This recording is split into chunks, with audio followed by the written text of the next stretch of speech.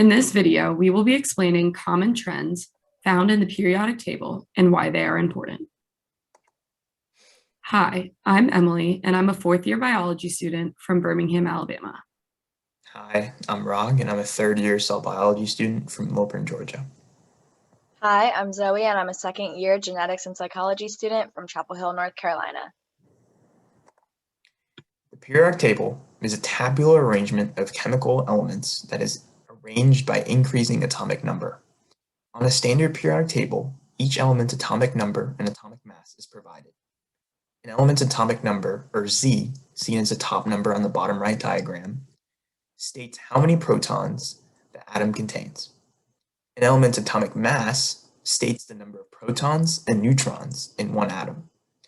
The protons and neutrons of the nucleus account for nearly all of the atom's mass, with the electrons and nuclear binding energy making minor contributions. Electrons are negatively charged particles found in electron shells outside of the positively charged nucleus, which contain uncharged neutrons and positively charged protons.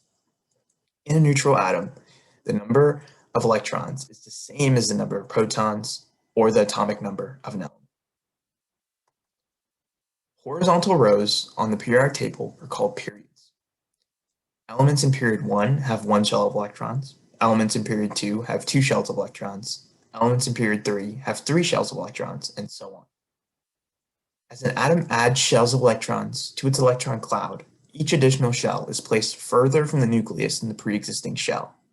Therefore, an atom's third shell of electrons will be further away from the nucleus than an atom's first shell of electrons. Vertical columns on the periodic table represent groups. Each group on the periodic table has the same number of valence electrons. Valence electrons are found on the outermost electron shell. For example, elements in group 7 have 7 valence electrons, and elements in group 2 have 2 valence electrons.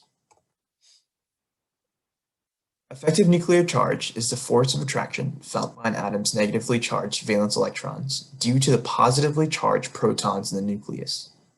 Electrons in shells that are not the valence shell decrease the overall attraction between the nucleus and valence electrons by shielding the valence electrons from the positive attraction force of the nucleus. An atom's effective nuclear charge can be calculated by subtracting an atom's number of shielding or non-valence electrons from the number of protons. For example, chlorine has 17 protons and 10 shielding electrons, giving an effective nuclear charge of 7, whereas magnesium has 12 protons and 10 shielding electrons, giving it an effective nuclear charge of 2. Effective nuclear charge increases going left to right across any period on the periodic table and increases going from bottom to the top of any group.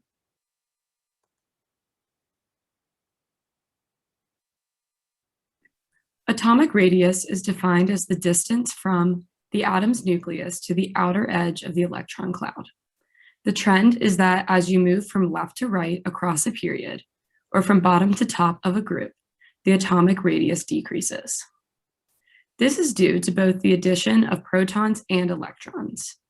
As protons are added, the nucleus will become more positively charged. The electrons will be more attracted to the nucleus and will be pulled towards it.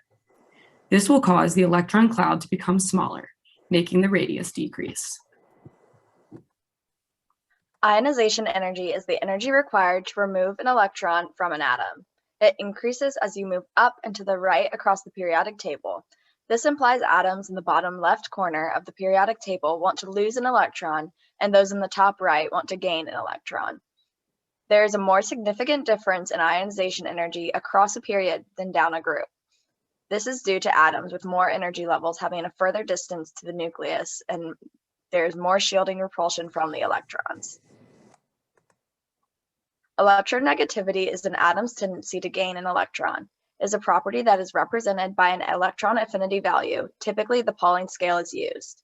Electronegativity increases up and to the right across the periodic table. This is because electronegativity is dependent on the distance between an atom's nucleus and its valence electrons, as well as its atomic number. This makes electronegativity have the opposite trend of atomic radius.